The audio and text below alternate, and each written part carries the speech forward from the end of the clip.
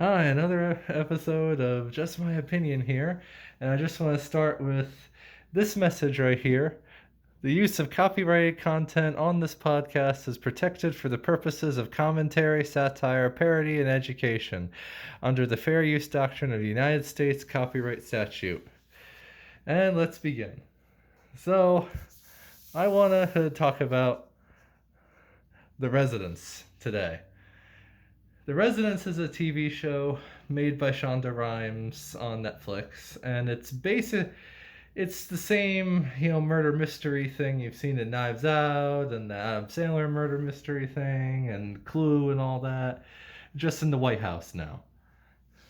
And again, there's a there's a really good idea in there if you do it kind of like in the spirit of like the political landscape of modern day or something. You have the right and the left, and you have the murder mystery be slapped right in the middle of it, and then the president has to be in between a whole war between all the political factions and all the media and all that, and it's a murder mystery, and some people wonder if he did it. It becomes a whole Watergate type situation, but unfortunately, that's not what this is. Unfortunately, this show has decided that it's more important to do the same way that Knives Out did, where it basically just says, here's the beginning. Now we're gonna not show that first. We're gonna go straight to the end. I don't know why they do this. I don't know why they do this. Straight to the end and then right back to the beginning thing. Just start where it starts. The show, sadly, will be the same length, and then it will just be able to be watched better, because then it won't be like, oh, the guy died. Okay, so how are they gonna go from here? Oh, well, they'll just cut 3 weeks earlier. Oh, okay, there we'll just keep cutting 3 weeks, 3 months, years earlier. It doesn't really matter. And here's the biggest problem. Here's one of the biggest problems I think the show has.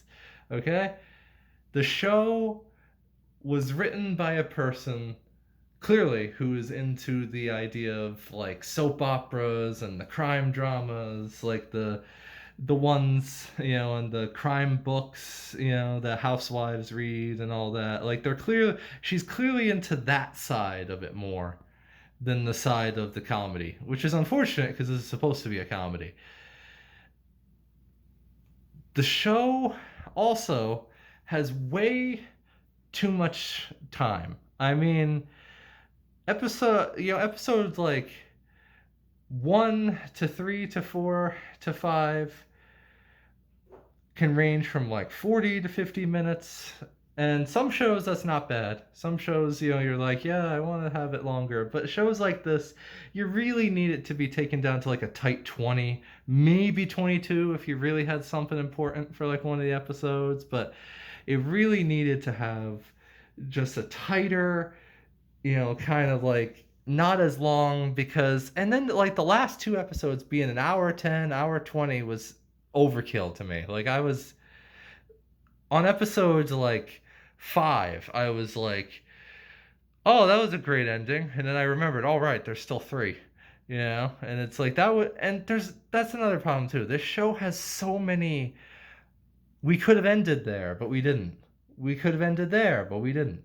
And I think the best part of this show is the Senate hearings. I do. Like, I think they're the best part because they're the closest thing to what I said before of having that, like, the factions fighting over who killed what, and this side wants this person to have killed him so it helps their cause, and this side wants that because it helps their cause. Like, like that would have been should have been the show in itself. Like, maybe instead of the butler dying, it could have been like a random senator or a random congressman or something, and it just like kind of, or and it just kind of die, and then he dies on the Senate floor, and it's just kind of, or the halls of Congress or something, and he just kind of dies, and then he dies like smack dab in the middle of the whole thing, and then it becomes a whole like the this side yelling this and the other side yelling that, and the only thing that has even a little bit of that in this, which I think would have been a great show in general, is these Senate hearings. The girl who plays Obvious, I'm just gonna say it. I know the writers are obviously doing a MTG thing in this, but Hollywood's got Hollywood. There is wokeness here and there. There is like that PC stuff that you see in movies and shows. There is a lot of it in this, but it's not the worst part because the writing isn't good enough for you to say like, oh, the woke thing was the only bad part. No, it isn't. So spoilers. I guess I already went into spoilers, but spoilers because if you wanted to actually watch the show without knowing what happens in it. Yeah. So the president's having a party. He's having a dinner with Australia because apparently the last president had apparently pissed off the Australians. So the Australians, Hugh Jackman, I can't remember the singer lady's name that also was there. I know, I know, but I don't remember her name. I heard it like 15 times in the show, and that's another thing too. Hugh Jackman in this. He's not in this, but there's a whole running joke that there's a stunt double guy who's Hugh Jackman. Again, it would have been funnier had we not put a stunt double on top of it, because now since we put a stunt double, you're basically just seeing Jason Lee. And listen to the voice and tell me it's not Jason Lee. You know, you have Jason Lee basically doing a pretty good Wolverine impression. I'm not gonna lie, he's not doing a terrible one. But I think it would have been funnier to just. And again, it's amazing. Hugh Jackman was in that terrible Netflix animated show about the emotion monsters, but yet somehow the murder mystery in the White House was too good. He was too good for. Okay.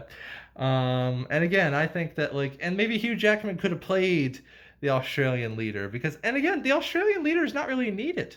You could have had literally any country be the one. Germany, France. You could have even had you could have even had UK or Britain or something be there, and any country could have been the thing, and it probably could have gone the same way. So one of the Australians is apparently sleeping with one of the chefs, and that's the whole thing that they really focus on, like you care. And I hope you enjoy seeing the same scene over and over and over again because they love to play it. Different versions, different angles. It's almost written like it was supposed to be a choose your own adventure type thing, but it just comes across as so just but it's like they said choose your own adventure, but then at the last minute they're like, oh, but by the way, it's not going to be choose your own adventure. Well, we have all these extra edits. I'll just leave them in. We don't care. And so basically they have this person killed him because of this person killed him because of that, and they kind of cover it.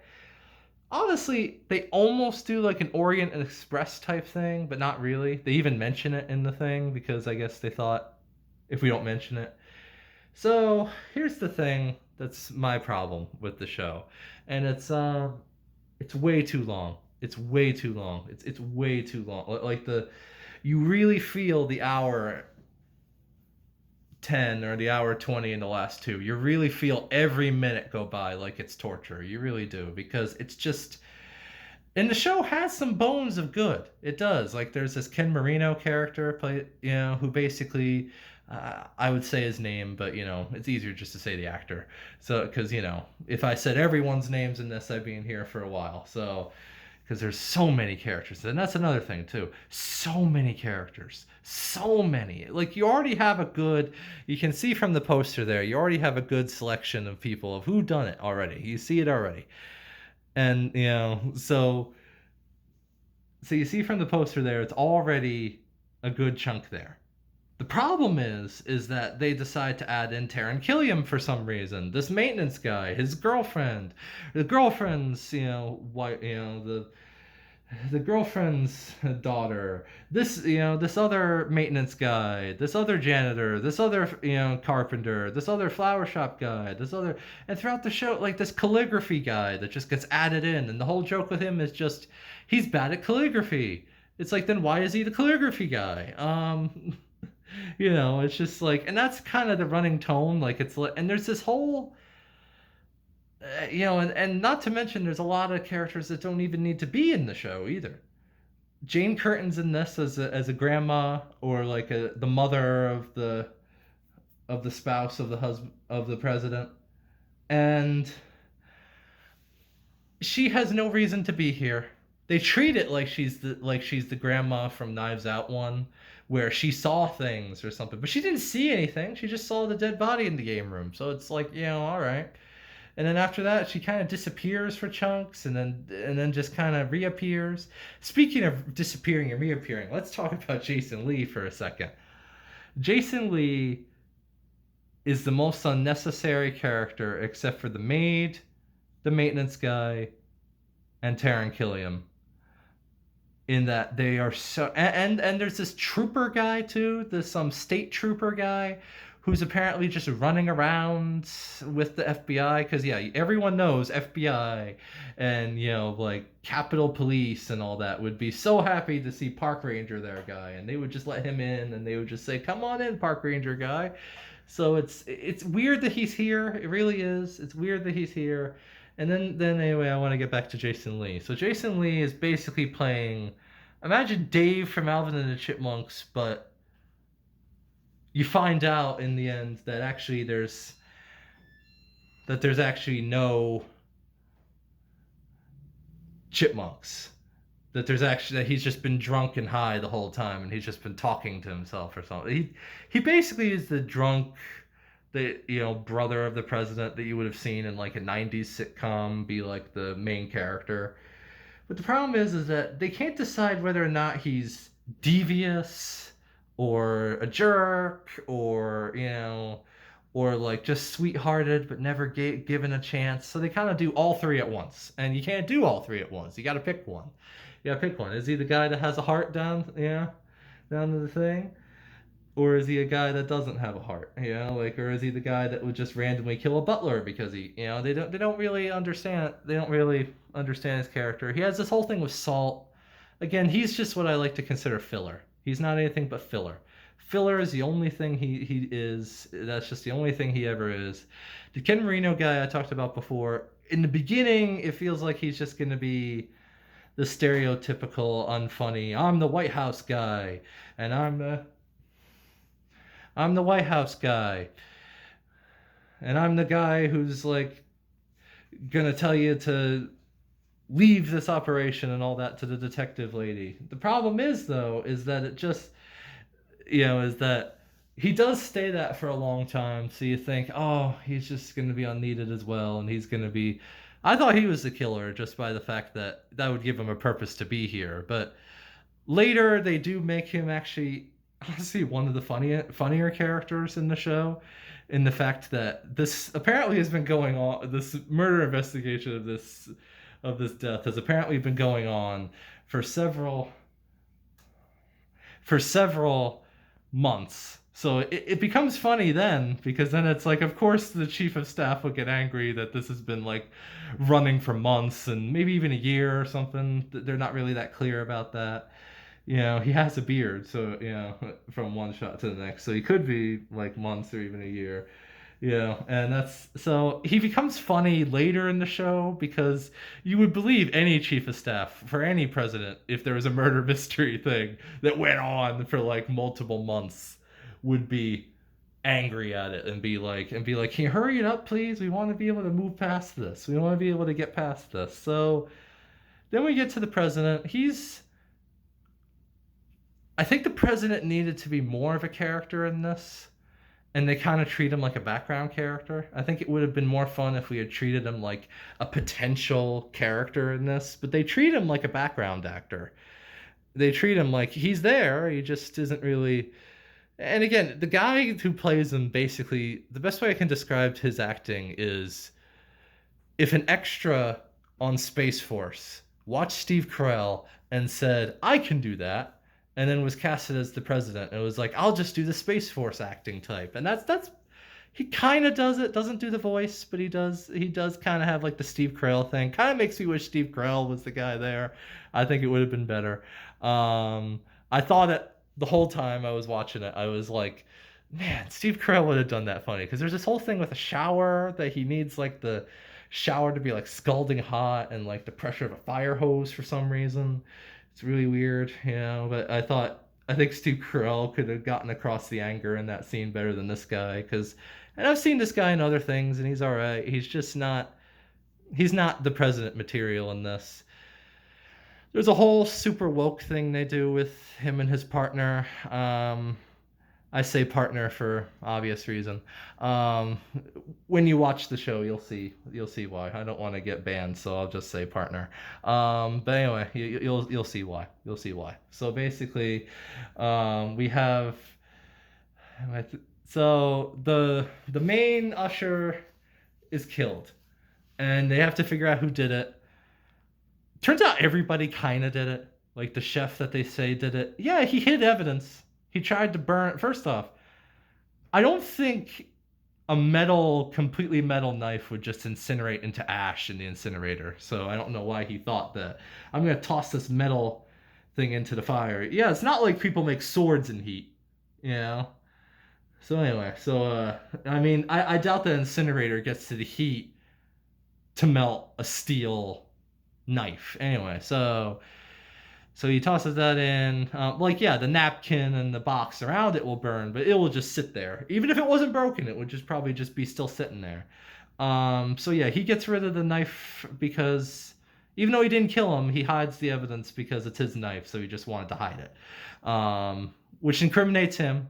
Again, the fact that like the entire cast, except for the president and again partner, isn't walked away is honestly amazing to me. Jason Lee admits to basically seeing the dead body of the guy, so he paints over the blood on the wall of this room that they decide they have, and that's another thing too. There's so many, I'm gonna call them resets. There's so many resets to the script here. There's so many resets to this whole script where it's basically just I know you thought this, but we're going to reset it again to be this. And again, it works for something like this if you cared about any of these people, but the problem is they're not written to be cared about. They're written to be laughed about because the best way I can describe the character writing in this is if Christopher Guest and Wes Anderson got together and wrote a show about murder mystery in the White House. That's basically the best description I can do. And anybody who's seen either one of their movies can understand exactly why I said that because they just don't come across likable. Some do later, some do sometimes, but they're not people. They're just kind of some are archetypes of people in real life that they want to yell at, you know. Like there's a certain president's daughter who's obviously supposed to be the event girl in this. Again, look at a picture of her and tell me which one you think she is. You'll be able to tell very quickly. And again, don't want to say it, just you know, because I want this video to be monetized. So yeah. So basically, we have there's nobody to care about, and then we get to the detective. Okay, the detective lady isn't bad. I know some people are gonna say, "Oh, she's really bad." She's not. Her whole thing would work. Her whole thing's supposed to be that she's like the no nonsense one who's like a little silly or something, but she's a birder in that she watches birds the whole time, but she's kind of like the one that like plays by her own exact like almost like Reacher a little bit, but like in more of like a comedic way. Like if Will Ferrell played a Reacher type role, it's more like that. Like it's like they're trying, and it doesn't hurt. It's not that bad. It's just the problem is that to have that kind of weird character stand out, you either need to make everybody in there completely boring to the point, or you got to make it completely. You know, you either got to make them completely boring, or you got to make them like so over the top that she's like normal by comparison. The problem is they go in between, where they're semi-normal at times, but other times they'll randomly yell at things. And there's this lady chef who's there, who's basically trying. They say she's trying to ice out the other chef. I don't see it. I don't see it. I see anger towards each other, but in other clips later, it feels like they're not as angry at each other. again, there's a whole fight that's happening between like the staff and of the White House and the people who move into the White House with every president. And there's like this weird documentary feel sometimes where like they're saying they'll show a picture of a butler they had from back in the day or a doorman they had back in the day and be like, this is the guy here. And it's like, okay, I'm sure that connects perfectly with the silly comedy tone you're trying to do. And again, and again, there's this whole thing, and then there are these party crashers. There are these three party crashers for the White House. Now, there's a pretty funny thing with the third man. I think the third party crasher is the funniest. I really do. The fact that he has this attitude of just like normal guy in like an auto rent shop who's basically just got to wander into the White House and just walks around with his phone on talking to a lady that he knows. He says this is mom, then he says this is aunt, then he says he's not related to the lady. So it's just some random lady he knows that he's like showing the White House with. And again, you believe that. You believe there's some people that if they got to just wander in the White House, they'd be like taking their phones and taking selfies with it. It's just that's the thing. So he's the funniest. His whole hearing is one of the best scenes in the show is his hearing in front of the Senate thing because he basically reads word for word, even the parts that the lawyer of his clearly told him not to read because but he's actively reading it anyway. It's fun. Like you have to watch it to see if it's funny, but it really is. It really is funny. His scene there is the best, one of the best. There's a lot of funny scenes, and they're mostly the Senate hearings, mostly. Um, the lady again, the lady earlier that I said is basically playing a discount MTG is it's like she and this and her counterpart across from her feels like next to her feels like the only ones that got the assignment that this was supposed to be a comedy set in DC. Like it's like they're like the only ones because they're the only and another one is Ken Marino. Like those are the three that understand and the FBI guy. Those are the only four that understand that this is supposed to be in DC. The police chief is just the retired police chief, like Danny Glover did, and in Lethal Weapon, the whole I'm getting too old for this. It's just that's his whole act. Like I'm getting too old for this, so I can't fight the detective on anything she's saying, and you don't need to. It's just again, it'd be better if like they were all, if they had any character. But the problem is that you don't even remember their names. If like sometimes you hear their names and it's like, who was that again? Oh right, that was Jason Lee. Okay, who was that again? Oh right, that was that lady from before. Oh yeah, that was that lady. Okay. There's this lady that's basically the second in command of the usher guy. She's guilty too because she basically plastered over this door, and the event lady that I told you earlier is basically the killer. She basically is. There's like a couple accomplices though without realizing it. Like for for some reason without even for some reason the mechanic decided that I'm gonna move this dead body in the White House.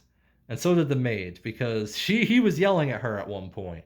So I'm gonna move the body into another room, and then the other guy apparently might have or might not have had a point. They before they even say if he does, they find a new culprit. And just it feels like in the end, it just feels like they're just kind of going around the room saying, "You did it, you did it, you did it, you did it, you did it," and then turns out at the end, oh well, actually this lady did it. The end.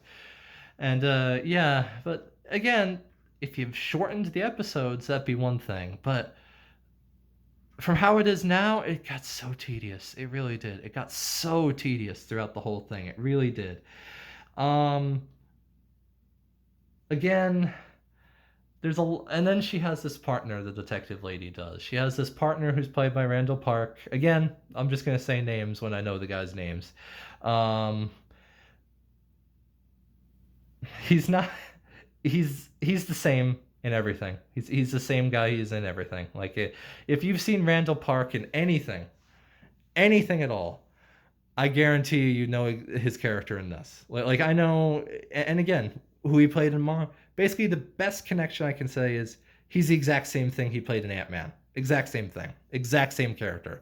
Like honestly, I don't know why you even changed the name. It's like pointless to even change the name. There's at one point where we do like fourth wall breaks for some reason. The bird shots were pretty, like there's this one falcon that's flying around, I guess just because she's a birder, I guess. I don't know why falcon. Why not just say anything? Like again, if you had said in the beginning, I really want to see this type of hawk, and then at the end she sees this type of hawk, that would have been cute. But the problem is that she says, I want to see this type, that type, this type, that type, this type, that type, this type. She's always talking about birds and stuff. And then so anyway, so like on episode 5, they basically decide that the case is shut down. Which again, 3 episodes left. I'm sure it is. The case is shut down because the FBI guy, played by Randall Park, basically says that yes, he does think it's a suicide because they do have evidence. They just want to make a dramatic thing out of the last 3. So they're like, so he betrayed her by saying there's no evidence. There's plenty. There really is. At that point, they had that chef guy that they could have arrested for it. Like there's plenty.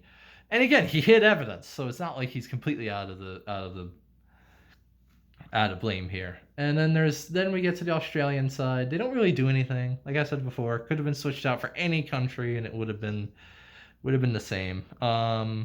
Dr. Doom plays in this as the Australian Prime Minister. He's only here in like 2 scenes. He's here to basically say, let her continue, and then he's quiet. And that's it. Like that's basically, and you don't hear from him again. You mostly hear from his version of Secretary of State, and this guy is. They can't decide whether or not he's like the DC type that's like running around sleeping with everybody, or if he's not or something. He sleeps with the chef lady. Just because I guess they needed just something to happen, I guess. And don't worry, if you didn't hear it in the first one, you'll hear it in the 10th one too. You'll I know there's not 10, but it feels like there's like 30 episodes here by how long each one is.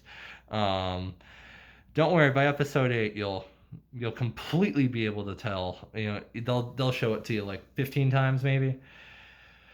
There's a lady who got drunk at one point, who's basically one of the staff. There's another staff member.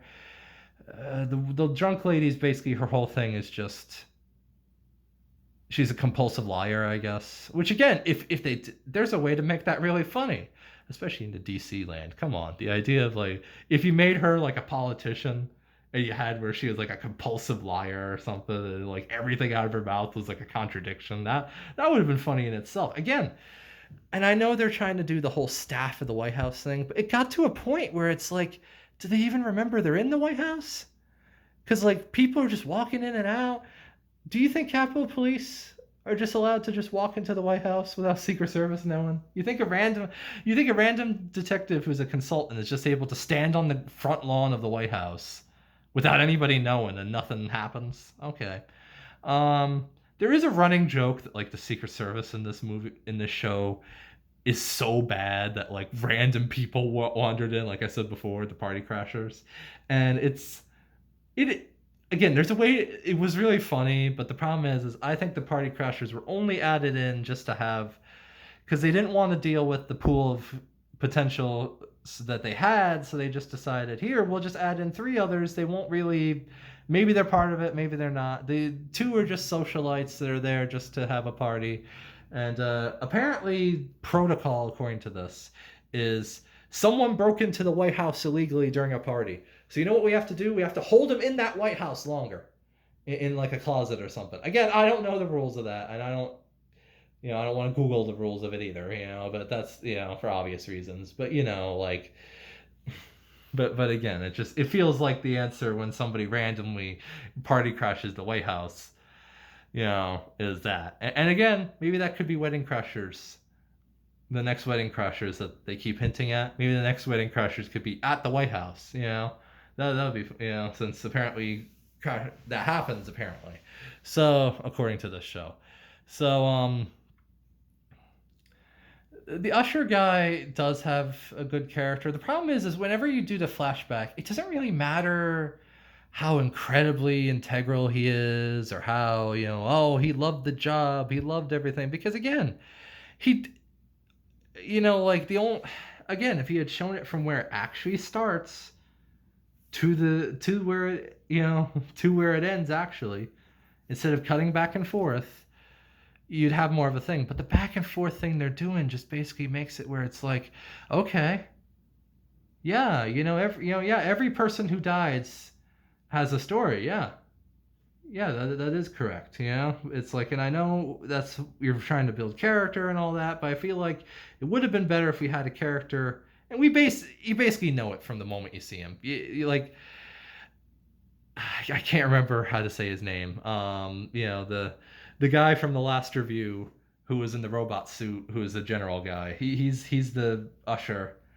and basically he just kind of he has a lot of character, yes, and the actor's good playing him. It's just it feels like he would have been better had he not been the one killed. Like if he was on the floor as like the one of the culprits and like one of the maids or janitors got killed or something, that would be one thing because then it would be like, oh, good, all that character is leading to something. But unfortunately, it's not because he died. So it's like it's kind of like when you watch prequels for characters who are dead. So it's like, oh, I wonder if he'll get hurt in this scene. Well, we know he doesn't because he has to die in this other thing. So that's the problem with this format. And I blame Knives Out. I blame that movie because it made all the murder mysteries think that it has to do this. And again, this isn't that intriguing of a murder mystery. Honestly, it really isn't. Because again, they keep dropping like he's the obvious, like he's the obvious killer. Like at one point, they're so desperate for extra clues that they just end up saying a kid who with binoculars across the street from the White House was he's in a hotel across the street from the White House and he was able to see it from his binoculars. And why is he watching it? Oh, well, he wanted a tour of it, so he just looked at the binoculars through it all night for hours for some reason. For he just likes it. That's why he just likes it, so he wanted to look at it for hours. Um, I really think the ending maybe should have been giving him a tour because that was the whole thing. Like, is he going to get a tour or not? I think that should have. If you're going to do anything with it, at least do that. There are these cuts to people's families and stuff like. But by then, you're so like the detective has this nephew that she's trying to teach to be like her. By the time it reaches to that, you're already like, just end. Come on, just end. You're already like, just end. Not that I don't care. It's just, oh, just end. You're too long. You can't make me sit here for hours and then make me and then expect me to care about expect me to care about that in the next one because I'm not gonna just get to the thing we want to see. So